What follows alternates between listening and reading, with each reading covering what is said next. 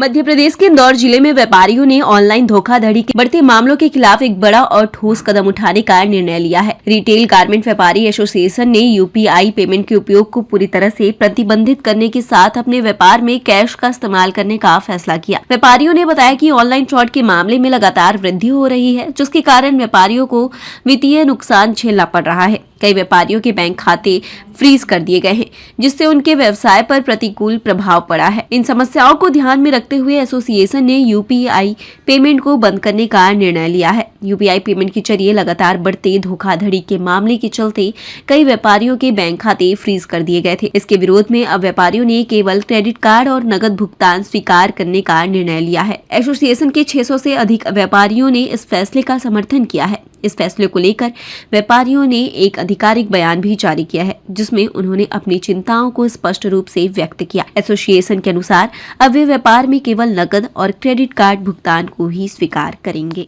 Sir, इस तरीके का आपने पेमेंट बंद करा है, ऑनलाइन पेमेंट लेना व्यापारियों द्वारा बंद कर दिया गया है। सर, हम व्यापारियों हम भारत सरकार की ऑनलाइन पेमेंट की व्यवस्था के भागीदार हैं।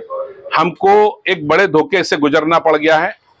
इन सब चीज के चलते हमको दिक्कतें पैदा हुई और दिक्कतों में हमने अपने आप को एक बड़ी मुसीबत में डला हुआ एहसास कर रहे हैं।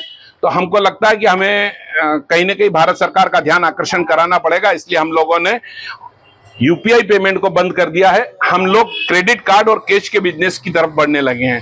हमारी जब तक सुनवाई नहीं होती है, जो खाते ब्लॉक होना ये एक अनुचित प्रक्रिया है।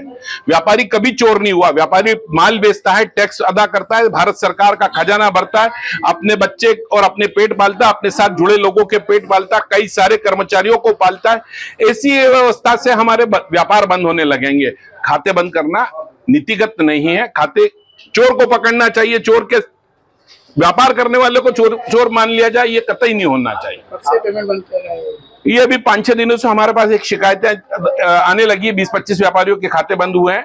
हमने एक मुहिम शुरू करी है। जब तक हमारी सुनवाई नहीं होती है तब तक हम कैश का व्यापार करें, कैश की तरफ रुझान रखेंगे। जो भी फर्क आएगा वो सही है, लेकिन व्यापार जागरूकता जरूरी है। साइबर फ्रॉड बहुत बड़ा हो रहा है और हमको लगता है कि इसमें देश ने विदेशी चैनलें काम कर रही है। इस देश की आर्थिक उन्नति को तोड़ने का प्रयास हो रहा है और इस देश को विश्व गुरु बनने से रोकने के लिए विदेशी ताकतें काम कर रही है। तो कहीं ना कहीं हमें अभी अपने व्यापार को भी बचाना है और देश को भी बचाना है। अक्षय जैन, अध्यक्ष इंदौर रिटेल गारमेंट एसोसिएशन। ताजा तरीन खबरों के लिए आप हमारे YouTube चैनल अनमोल संदेश को सब्सक्राइब करें एवं शेयर करें। आप हमें Facebook, Instagram एवं Twitter में भी फॉलो कर सकते हैं।